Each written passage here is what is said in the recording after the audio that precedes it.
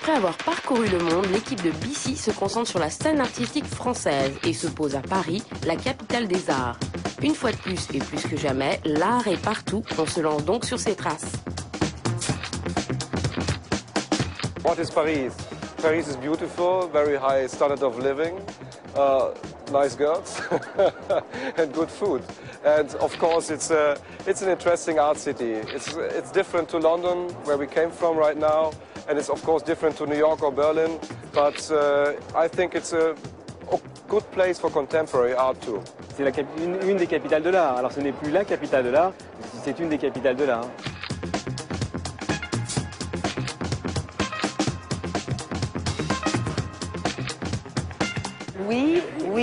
Oui, les Français collectionnent de l'art contemporain depuis pas mal de temps et puis de manière importante.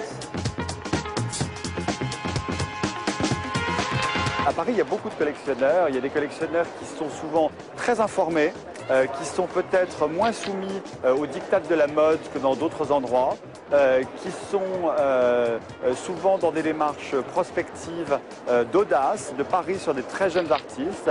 Il y a aussi bien sûr des grands collectionneurs d'art ancien ou d'art moderne. Et tout ça, ça fait un paysage parisien très très riche. Je ne sais pas comment les gens qui viennent à Paris peuvent avoir le temps en une semaine de tout faire entre toutes les expositions qu'il y a. Le nombre de bons restaurants qu'il y a à Paris, c'est juste pas possible. Et le nombre de soirées, le nombre d'événements, comment on peut être loin de Paris longtemps? Je ne sais pas. Il y a quelques villes dans le monde où je me sens chez moi, mais celle-ci, c'est vraiment ma ville. It's my favorite city and my second favorite country. But I think the reason why I love France and Paris specifically is because it's a country of resistance. It's the only country in the world that's let a McDonald's be bombed without significant retaliation. And I appreciate that. Thank you, France.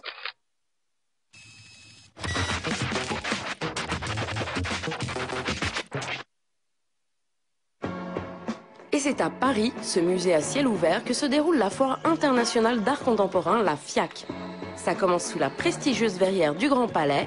Et là, artistes, collectionneurs, critiques d'art, mais aussi fashionistas et people, des milliers d'amoureux de l'art viennent à la FIAC glaner les dernières tendances du marché et dégoter la pièce rare.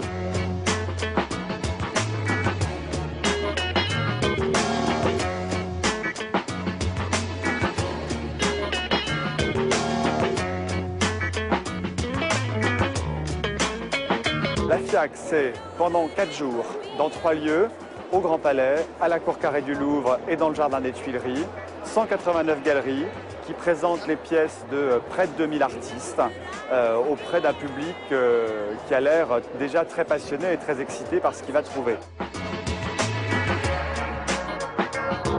En fait, c'est un travail complémentaire parce qu'à la galerie, on présente des expositions personnelles de chacun des artistes. La FIAC, c'est un condensé, ça dure quelques jours. Et pendant ces jours, tout le réseau de la galerie, qu'il soit institutionnel, collectionneur, artiste, se rassemble autour de quelques œuvres.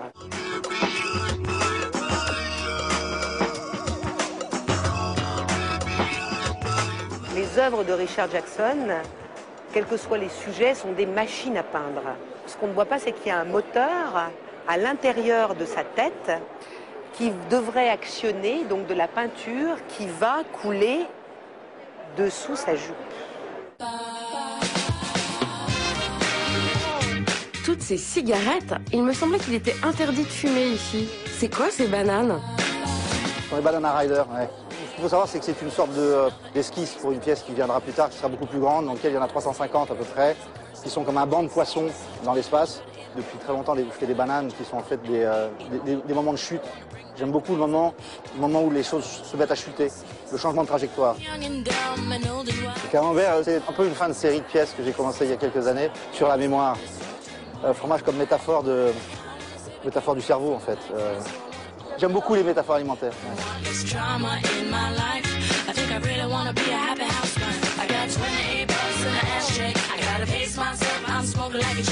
On continue dans l'alimentaire avec une réunion de canettes vides. This piece is by Kader Attia. It's a Paris-based artist from Algeria, and the piece is called Halam Tawaf, what means the rounds you have to go around the Kaaba in Mecca. You have to round it 7 times when you're a pilgrim. So these cans are collected in the banlieue in Paris. So from these migration areas where the people lost in a way their culture. And so this is the new culture you can see. Et on poursuit la visite de surprise en œuvre d'art.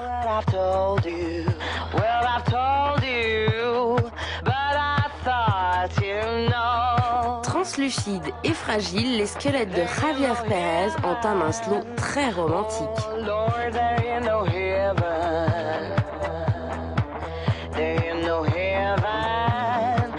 Et des squelettes encore, cette fois ceux de Mark Quinn, font fleurir le bronze. Et cette Vénus beauté, vous la reconnaissez? C'est Kate Moss. Vous la préférez de marbre, de papier glacé ou d'or? La sculpture en or, à Belchusir, c'est vraiment pour moi une sculpture sur les illusions que les gens créent et qui rule their lives. De l'argent, de la beauté, toutes les choses abstraites. Parce que ce n'est pas des sculptures de Kate Moss, la personne, c'est des sculptures de Kate Moss, hallucination culturelle. Et ça, c'est les dot paintings de Damien Hirst, un autre British qui vaut très cher.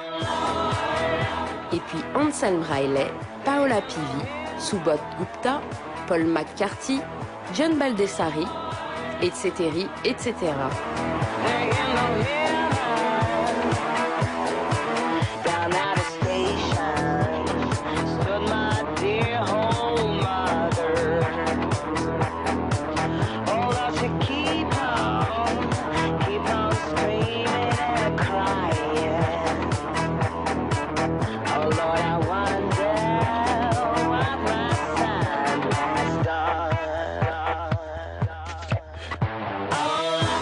Waouh, c'est quoi ce tas de ferraille en plein milieu de la foire?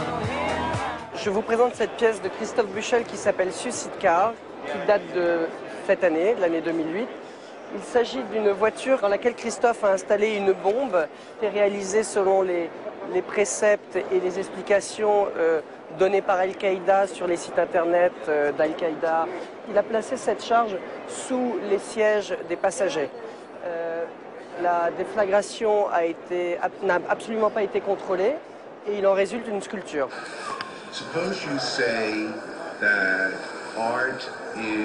Alors ce sont 2 bombes qui symbolisent des collectionneurs américains qui sont en vacances à la plage et qui parlent de la peinture abstraite et notamment de Jackson Pollock. Et donc c'est toute une dérision comme ça sur l'art contemporain et ensuite les discours s'arrêtent et on les entend rôter. On a aussi des œuvres beaucoup plus sages, des fusains sur papier ou des tatouages christiques sur peau de cochon.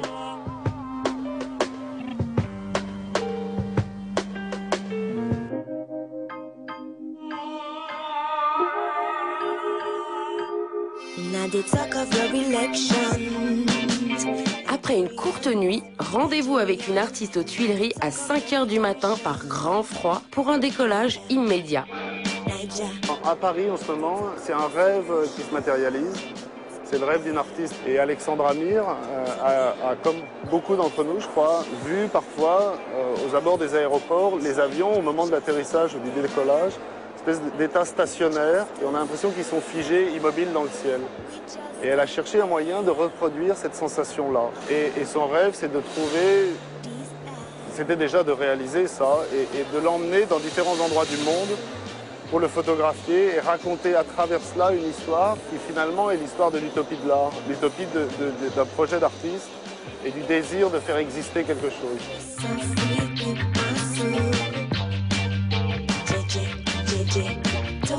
Le voyage se poursuit au chaud dans la cour carrée du Louvre du côté des jeunes galeries.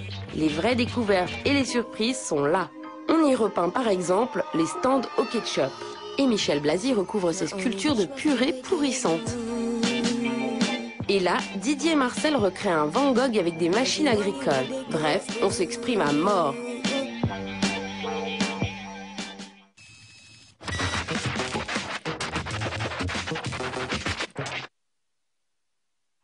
À À la découverte des collectionneurs parisiens, nous voici dans un bel appartement à Saint-Germain-des-Prés, chez Guillaume Houzé, l'arrière-petit-fils du fondateur des Galeries Lafayette. Bon, j'ai du mal à me définir comme un collectionneur. En tout cas, je suis un amateur engagé, convaincu, probablement parfois un peu illuminé. Mais aujourd'hui, l'art, c'est imposé comme un choix de vie pour moi. C'est une histoire avant tout familiale. J'ai eu la chance d'être confronté très tôt à un univers artistique, donc j'ai baigné dans un environnement où la création primait. L'art, pour moi, aujourd'hui, est une nécessité, donc il me semble en tout cas important d'arriver à s'inscrire dans son temps, et les artistes permettent de comprendre, généralement en tout cas, la période dans laquelle on vit.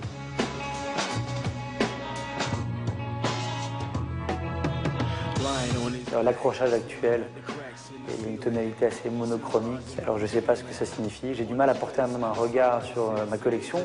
Ma passion n'est pas uniquement centrée sur l'art français, je m'intéresse aussi à toute forme d'art, à plein d'artistes.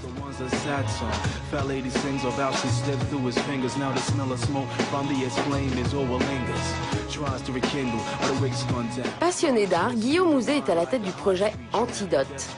Antidote, c'est simple, c'est un projet qu'on a maintenant développé il y a 4 ans. Le projet, c'était de répondre un peu, en quelque sorte, au défaitisme ambiant de la scène française et de montrer qu'on pouvait s'engager fermement auprès de ces artistes-là en les présentant dans un cadre inhabituel, celui d'un grand magasin. Et d'ailleurs, on y va, direction la Galerie des Galeries aux Galeries Lafayette pour faire des emplettes et visiter l'exposition Antidote. On a aujourd'hui une trentaine d'artistes présents dans la collection, essentiellement donc des artistes français, et donc ça va d'artistes très jeunes comme Clément Rodzielski à des gens plus établis comme Xavier Veillant ou Tatiana Troué.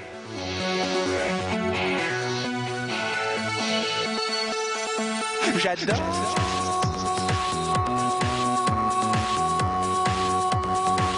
Regardez danser les gens. Et de temps en temps, je coupe le son.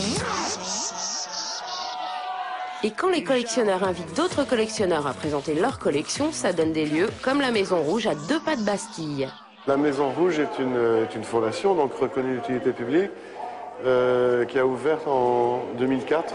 Et sa spécificité, son originalité, c'est de montrer des collections privées au moins une fois par an. On essaye en général de les montrer pendant la FIAC. Cette exposition de la collection Coppel, c'est